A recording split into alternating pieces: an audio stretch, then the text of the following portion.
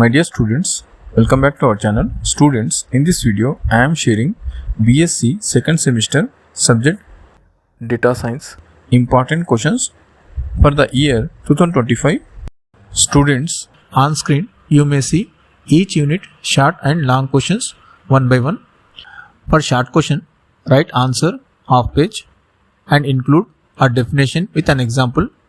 Based on short question, draw diagram, table, write syntax or formula.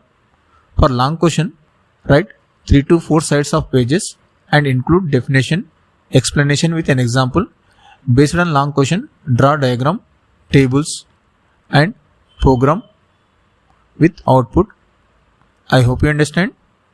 For other subject important questions, links are available in description as well as in the comment section. So check out once. I think it will be useful to you. All the best students for your upcoming exams. Next, students, I am doing hard work for your success and spending my time to create videos, but I am not getting enough views. So support this channel by paying your desired amount by scanning this QR code.